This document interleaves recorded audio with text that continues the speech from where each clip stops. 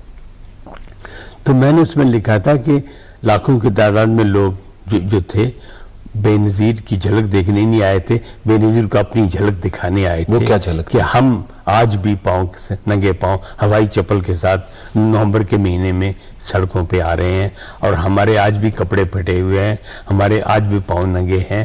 اس 62 سالوں کے سفر میں ہمارے پاؤں میں وہ اپنے لیڈر کو اپنی حقیقت دکھانے اپنے وہ دکھانے آئے تھے. تو یہ تھا وہ چیز جو تھی. محترمہ کو جا کے کسی نے محترمہ کو کسی نے کہا کہ منو بھائی نے یہ لکھا ہے, تو محترمہ نے کہا بالکل صحیح لکھا ہے. وہ متفق ہوئی آپ کے انالیسس, تو آپ کا یہ انالیسس تھا میرا یہ اس ایونٹ پہ. جب آخری کھانے میں جب ہم نے کہا کہ محترمہ کے ساتھ آپ کا آخری کہاں ہوا؟ یہاں پہ کھوسا صاحب کے لاہور.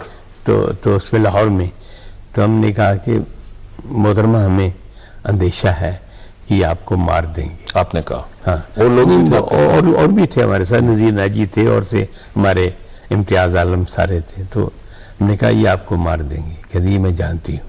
اچھا, ان کا تو کیا کروں؟ چھوڑ دوں ملک چھوڑ دوں, سیاست چھوڑ دوں, پارٹی چھوڑ دوں, ذوالفقار علی بھٹو کی بیٹی ہونا چھوڑ دوں؟ اس کے ہمارے پاس اس کا کوئی جواب نہیں تھا. تو میرے خیال میں ان کو معلوم تھا کہ میرے گرد جو ہے یہیں کہیں کوئی خنجر میری تلاش میں. اچھا منو بھائی جی, یہ بھٹوز کا کیوں قتل کیا جاتا ہے؟ آواز تو اور بھی امپیریلزم کے خلاف بات کرتے ہیں, طبقاتی بات کرتے ہیں, اس کی کیا وجہ ہے؟ باقی باتیں کرتے ہیں, انہوں نے عمل کیا تھا. انہوں نے لوگوں کو پہلی دفعہ بتایا کہ وہ چینج لا سکتے ہیں. وہ ویٹ کانفیڈنس دیا ووٹ کو, پرچی کو برچی بنا کر دشمن کے سامنے. ڈاکٹر غلام حسین اپنی کتابوں میں کہتے ہیں. جی, یہ بھٹو صاحب کا. بھٹو صاحب نے جب آخری تھی نا ہمارا الیکشن کا دن تھا, تو کون سا 77 کا؟ ہاں جی 70 کا. تو میں گیا بھٹو صاحب کے پاس, میں کہا sir what should be the headline آج کے لیے, مساوات کے لیے. تو کہنے لگے تم لوگ کس کو ووٹ کو کیا کہتے ہو اچھا اپنی زبان میں؟ میں نے کہا یہ ہم پرچی کہتے ہیں, پرچی. بھٹو صاحب نے کہا پرچی برچی. اچھا, یہ انہوں نے بنائی. انہوں نے کہا کہ پرچی کو برچی کے طور پہ استعمال کریں اور ویپن آف دشمن کے سینے میں اتاریں. تو یہ تھا پھر ہم نے سرخی اس کی مساوات کی یہ لگی تھی, اپنی ووٹ کی پرچی کو برچی کے طور پر استعمال کریں. اچھا, وہ ان دنوں تو برچیاں بن گئی. تو برچیاں دیکھو نا, پھر یہ بھٹو نے جو احساس دیا تھا, برچی اتاری تھی اور لوگوں نے بغیر کسی خرچے کے الیکشن جیتے تھے. غریب لوگ جیلوں میں بیٹھے تھے, جنہوں نے جیل میں الیکشن جیت گئے تھے.